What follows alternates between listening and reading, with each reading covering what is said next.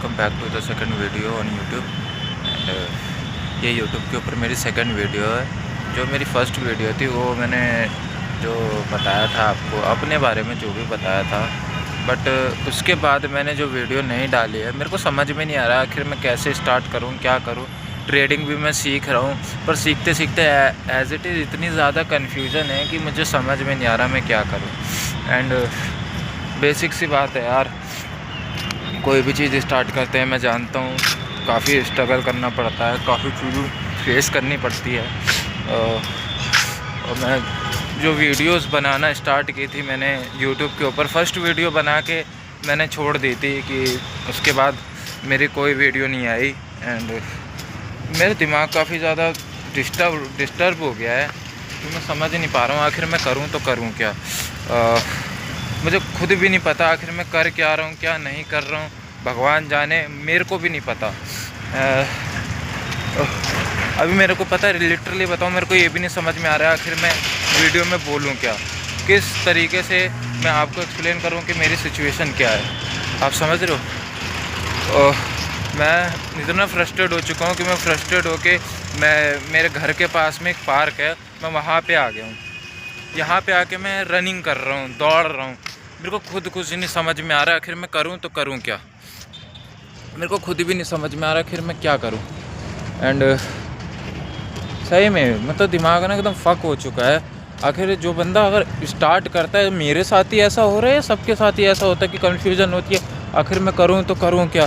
मेरे को खुद कुछ नहीं समझ में आ रहा है। मैं जिम जा रहा हूँ तो जिम के लिए मेरे पास पैसे नहीं हो पा रहे, मैं कोई चीज़ अपनी लाने की कोशिश कर रहा हूँ वो नहीं हो पा रही है, घर को इतना देख के भी चलने के बाद भी एक भी चीज़ नहीं हो पा रही है। मेरे को खुद कुछ नहीं समझ में आ रहा है। मैं अपने लिए एक बेसिक चीज़ होती है ना, बेसिक नीड, मैं वो भी पूरी नहीं कर पा रहा। अभी आप लिटरली अगर मैं अपना बैंक अकाउंट देखूँ ना तो मेरे पास 2 अकाउंट है, एक बैंक ऑफ बड़ौदा का है और एक है कोटक का। कोटक अकाउंट में मेरे पास पड़े हुए हैं ₹2.25 और बैंक ऑफ बड़ौदा के अकाउंट में पड़े हुए हैं ₹4.05। इतने रुपए पड़े हुए हैं मेरे पास। मतलब मैं खुद सोच के इतना हैरान होता हूँ यार कि मेरे जैसे जो लोग हैं, जो 21 साल की उम्र में मल्टी मिलियनर भी हैं और जो एवरेज लोग हैं उनके पास भी पैसा रहता है, लेकिन मैं ही एक अकेला ऐसा बंदा क्यों हूँ कि मेरे पास ही क्यों नहीं रहता है, मेरे पास क्यों नहीं पैसा रहता है।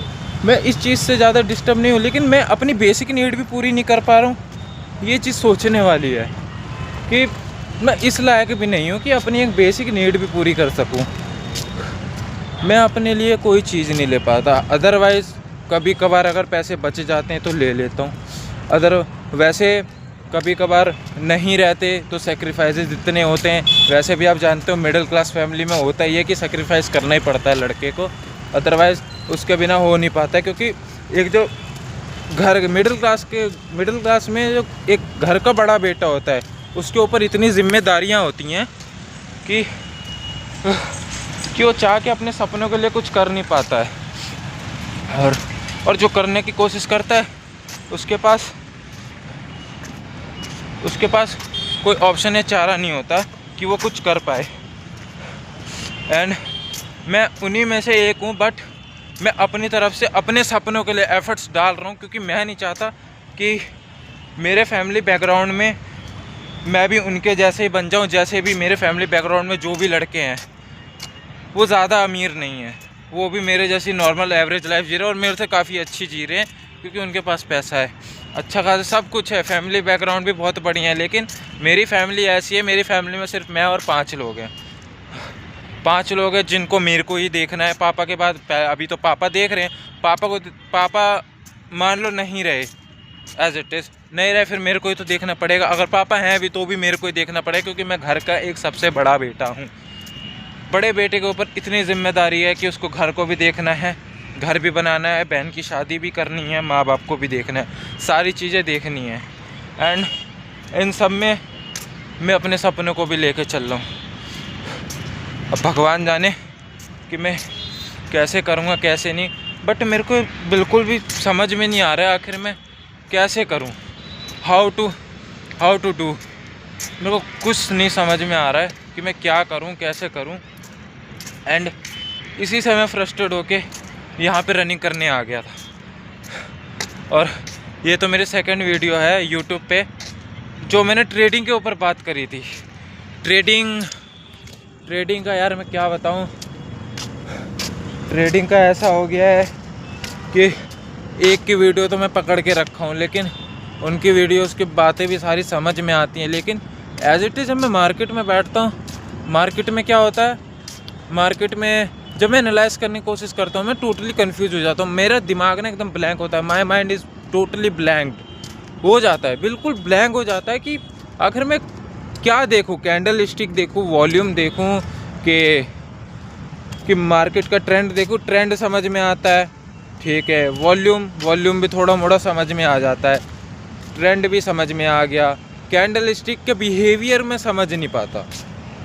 अब उसमें क्या होता है, उसमें मैं देखता हूँ एक डोमिनेंस कैंडल है, एक रिजेक्शन कैंडल है। अब मैं उसमें कंफर्म्ड नहीं हो पाता कि कौन सी डोमिनेंस है, कौन सी रिजेक्शंस है।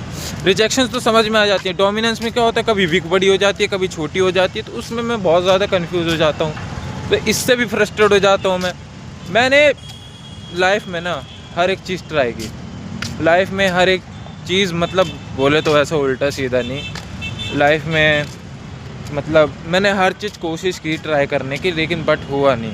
किस वजह से, घर की कंडीशन ऐसी थी कि मैं कर ही नहीं पाया। मेरे को पहले डांस का शौक़ था, तो मैं डांस सीखने गया 2 महीने, खींच खाच के मैंने 2 महीने तो डांस ही सीखा, 2 महीने डांस सीखा, वहाँ से क्विट कर दिया। क्विट करने के बाद मेरे को समझ में नहीं आ रहा था क्या करूँ क्या नहीं, ठीक है। क्विट करने के बाद अब पहले भी मैंने कंटेंट क्रिएशन स्टार्ट किया था, जिसमें मेरा दोस्त एक ऋतिक, वो वीडियोस बनाता था जूम ऐप पे, तो उसके साथ भी गया।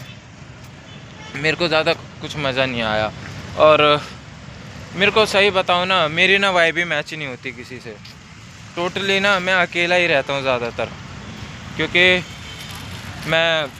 मेरे पास ऐसे दोस्त हैं जो काफ़ी ज़्यादा चिल आउट है, बहुत बढ़िया दोस्त है, बट मेरे को पता नहीं क्यों ऐसा नहीं लगता कि मेरी वाइब मैच नहीं होती उनसे। मैं कोई भी कितना भी गहरा दोस्त हो, उनसे मेरी वाइब मैच नहीं होती है। हाँ, अगर काम की बात कर रहा तो काम की बात कर लेंगे, काम की बात करने के बाद अदरवाइज़ उनकी जो वाइब है और जो मेरी वाइब है, दोनों की वाइब ना मैच नहीं होती।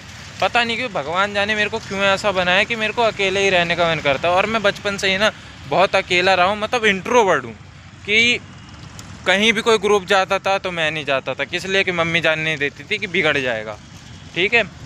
अब हर माँ बाप चाहता है यार कि हमारा बच्चा सही रहे, बिगड़े ना, बट मेरे को बचपन से ऐसी आदत डाल दी गई ना कि मैं अकेले ही रहने लग गया। मेरे को ना अब कुछ लोग कहते हैं भाई ना तुम्हारा कॉल आता है ना कुछ आता है, सीधी सी बात है यार, अब अकेले रहने का इतना एक्सपीरियंस हो गया है कि मैं अकेले रह सकता हूँ, अकेले हैंडल कर सकता हूँ, मुझे किसी की ज़रूरत पड़ती ही नहीं है। और बाई चांस अगर पड़ भी जाए, ऐसा नहीं है कि इंसान को ज़रूरत नहीं पड़ती, इंसान को ज़रूरत पड़ती है, इंसान की ज़रूरत पड़ती है, ऐसा नहीं कह रहा, लेकिन जिस बंदे की आदत पहले से ही अकेले रहने की, वो क्या करेगा, वो अकेले ही रहेगा। वो आप उसको चाहे कितना भी प्यार दे दो, कितना भी आप उसको प्यार मोहब्बत या फिर कितना भी आप उसको अपना कह के रखो, वो एट दी एंड वो अपने एक उसमें भागेगा ही कि मुझे अकेले रहना है, मुझे अकेले रहना है। और अकेले रहते रहते उसके अंदर इतनी समझ आ जाती है, वो इतना ओवर थिंकिंग करने लग जाता है कि वो समझ जाता है कि सामने वाला क्या सोच रहा है। अब एक चीज़ है कि अकेला आदमी क्यों अकेला भागता है, सबसे पहली चीज़ तो ये कि उसको पता है उसका कोई नहीं है, उसका कोई साथ नहीं देने वाला सिवाय उसके। और मैं ये चीज़ बहुत अच्छे से जानता हूँ कि मेरे अलावा मेरे को ना कोई साथ देने वाला है, ना मेरे अलावा कोई मेरे को बदल सकता है, क्योंकि मैं एक अकेला ऐसा बंदा एग्जिस्ट करता हूँ अपने लिए। है वो बोलने को तो देखो मेरे परिवार वाले मम्मी पापा भाई, मतलब मम्मी पापा 2 बहनें हैं, और रिश्तेदारों में भी बहुत सारे मुंह बोलने के लिए भाई हैं, बट वो मेरा साथ देने